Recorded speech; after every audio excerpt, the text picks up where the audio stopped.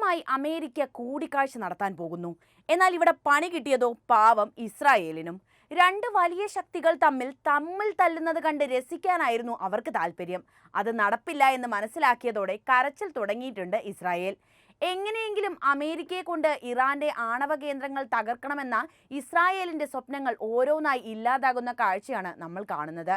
കാരണം ഇറാനുമായി യുദ്ധം ചെയ്യുമെന്ന് പ്രഖ്യാപിച്ച അതേ അമേരിക്ക, വിനാശം വരുത്തുമെന്ന് പറഞ്ഞ അതേ അമേരിക്ക ഇപ്പോൾ തന്റെ തീരുമാനം മാറ്റിയിരിക്കുന്നു. ഇറാനുമായി യുദ്ധം ചെയ്യുന്നത് ബുദ്ധിയല്ലെന്നും സംസാരിച്ച് കാര്യങ്ങൾ ഒത്തുതീർപ്പാക്കാമെന്നുമാണ് ട്രംപ് തീരുമാനിച്ചിരിക്കുന്നത്. ഇരു രാജ്യവും ചേർന്ന് ഒമാനിൽ കൂടിക്കാഴ്ച നടത്താനുള്ള തീരുമാനം എന്തായാലും ഇസ്രായേൽ പ്രധാനമന്ത്രി ബെഞ്ചമിൻ നെതന്യാഹുവിന് അത്ര പിടിച്ചു കാണില്ല. ഇറാനും അമേരിക്കയുമായി വലിയ യുദ്ധം പ്രതീക്ഷിച്ച് ഗാസ കത്തിക്കുന്ന ഇസ്രായേലിനെ സംബന്ധിച്ച് ഇത് വലിയ തിരിച്ചടി തന്നെയാണ്. അമേരിക്ക ഇറാൻ തർക്കത്തിൽ റഷ്യയുടെ കാര്യമായ ഇടപെടൽ സംഭവിച്ചിട്ടുണ്ട് എന്നാണ് മനസ്സിലാക്കാൻ കഴിയുന്നത്.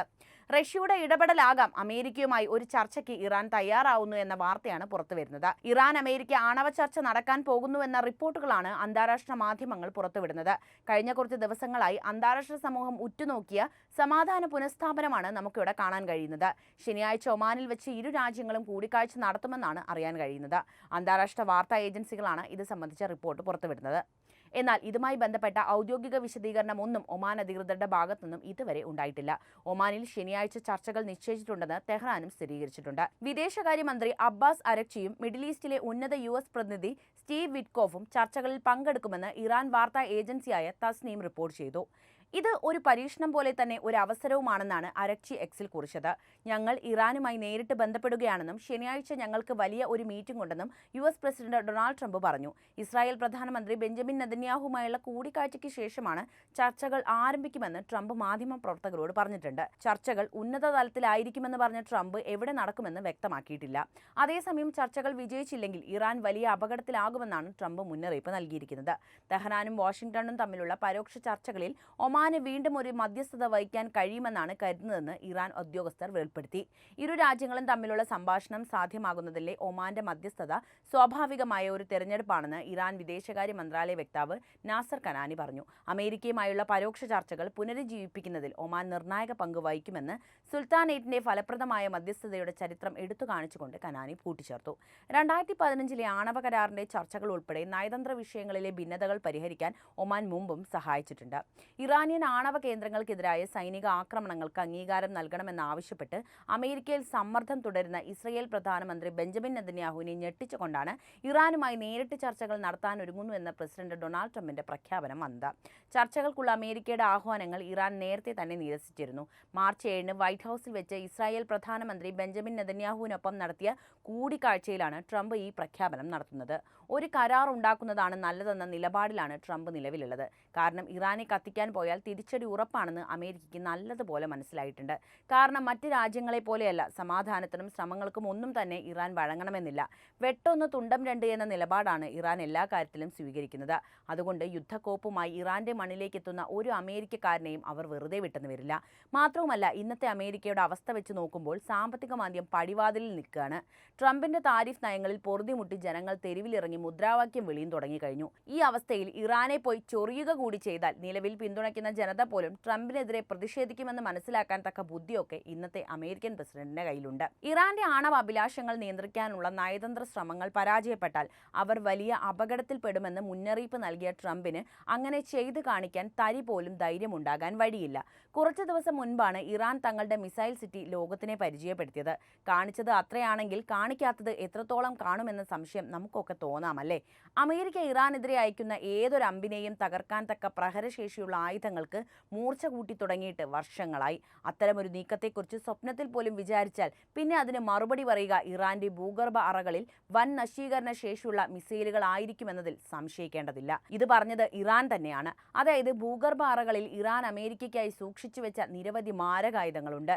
വിക്ഷേപിക്കാൻ തയ്യാറായ ഈ മിസൈലുകളിൽ ഗണ്യമായ എണ്ണം രാജ്യത്തുടനീളം സജ്ജീകരിച്ചിട്ടുള്ള ഭൂഗർഭ അറകളിൽ ഭദ്രവുമാണ്. അവ വ്യോമാക്രമണങ്ങളെ ചെറുക്കാൻ രൂപകൽപ്പന ചെയ്തിട്ടുള്ളതാണ് എന്ന് ഇറാൻ ഔദ്യോഗിക വൃത്തങ്ങളെ ഉദ്ധരിച്ച് ടെഹ്റാൻ ടൈംസ് പുറത്തുവിട്ട റിപ്പോർട്ടിൽ പറയുന്നുണ്ടായിരുന്നു. ഇറാനിൽ ബോംബിടാൻ പണ്ടേ ആഗ്രഹിച്ചിരുന്ന നെതന്യാഹുവിന് പക്ഷേ ട്രംപിന്റെ ഈ പ്രഖ്യാപനം അത്ര ബോധിച്ചിട്ടില്ലെന്നാണ് മുതിർന്ന രാഷ്ട്രീയ വിശകലന വിദഗ്ധൻ മർവാൻ ബിഷാർ അഭിപ്രായപ്പെട്ടത്.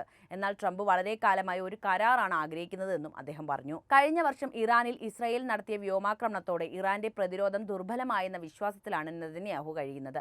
അതുകൊണ്ടാണ് അമേരിക്കയെ മുൻനിർത്തി ഇറാനെ അവസാനിപ്പിക്കാൻ ആണവ ചർച്ചയെ ഒരു മികച്ച അവസരമാക്കി മാറ്റാൻ നെതന്യാഹു ശ്രമിച്ചത്. പക്ഷേ യഥാർത്ഥത്തിൽ ലോകത്തിലെ മറ്റു രാജ്യങ്ങളുമായി വ്യാപാര യുദ്ധങ്ങൾ നടക്കുമ്പോൾ പോലും ഇറാനുമായി ഒരു യുദ്ധത്തിൽ ഏർപ്പെടാൻ ട്രംപ് ആഗ്രഹിക്കുന്നില്ല എന്നും ബിഷാര കൂട്ടിച്ചേർക്കുന്നുണ്ട്. അമേരിക്കൻ പ്രസിഡന്റായി ട്രംപ് അധികാരത്തിലെത്തിയതോടെ കാര്യങ്ങളൊക്കെ മാറി മറിയുകയാണ് ചെയ്തത്.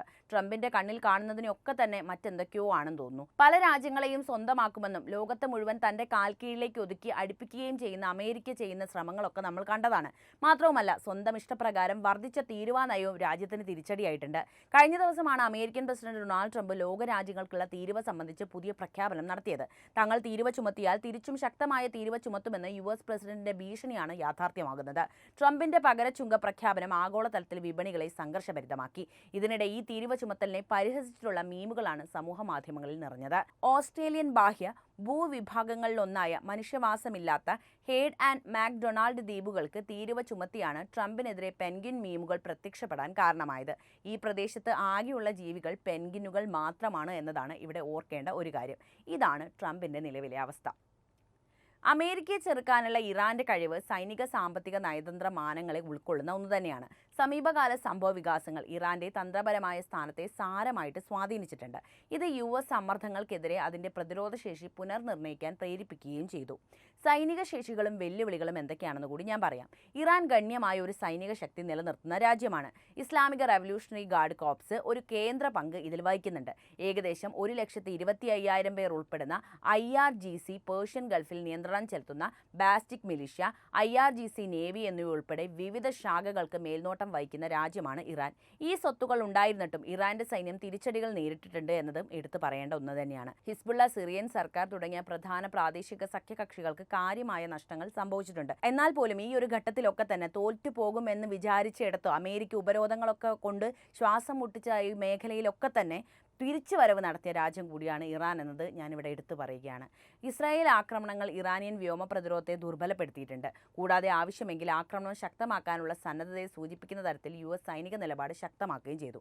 B-2 ബോംബറുകളിൽ മിസൈൽ പ്രതിരോധങ്ങളും വിന്യസിച്ചിട്ടുണ്ട്. എന്നാൽ പോലും ഇങ്ങനെയൊക്കെയാണെങ്കിലും ഇറാൻ തോൽക്കാൻ തയ്യാറില്ല എന്നതാണ് എടുത്തു പറയേണ്ടത്. കാരണം ഇറാനൊപ്പം നിൽക്കുന്നത് 3 പ്രധാനപ്പെട്ട രാജ്യങ്ങളാണ്. ഒന്ന് റഷ്യയും, രണ്ടാമത്തത് ചൈനയും, മൂന്നാമത്തത് ഉത്തര കൊറിയയുമാണ്. ഈ 3 സഖ്യകക്ഷികൾ ഉള്ളത് കൊണ്ട് തന്നെ ഇറാന്റെ കാര്യം സേഫാണ്.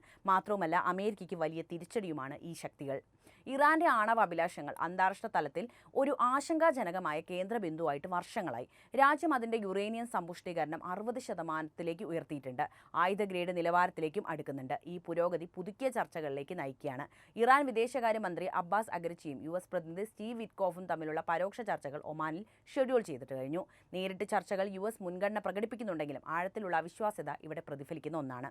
ഇറാനെ അമേരിക്ക ഭയപ്പെടാൻ പല കാരണങ്ങളുണ്ട്. അതുകൊണ്ട് തന്നെ യുദ്ധം എന്നത് അമേരിക്കയുടെ നിഘണ്ടുവിൽ പോലുമില്ല. അമേരിക്കയുടെ അഹങ്കാരത്തിനും സ്വാർത്ഥതയ്ക്കും മാത്രം പ്രാധാന്യം നൽകുന്നതെങ്കിൽ ചർച്ച വിജയിക്കാൻ യാതൊരു സാധ്യതയും ഞാൻ കാണുന്നില്ല. എന്തായിരിക്കും ചർച്ചയുടെ ഫലം? നമുക്ക് കാത്തിരിക്കാമല്ലേ? അപ്പോൾ നിങ്ങളുടെ അഭിപ്രായം കമന്റായി രേഖപ്പെടുത്തുക. ഒപ്പം വീഡിയോ ഇഷ്ടപ്പെട്ടാൽ ലൈക്ക് ചെയ്യാനും ഷെയർ ചെയ്യാനും പ്രത്യേകം ശ്രദ്ധിക്കുമല്ലോ.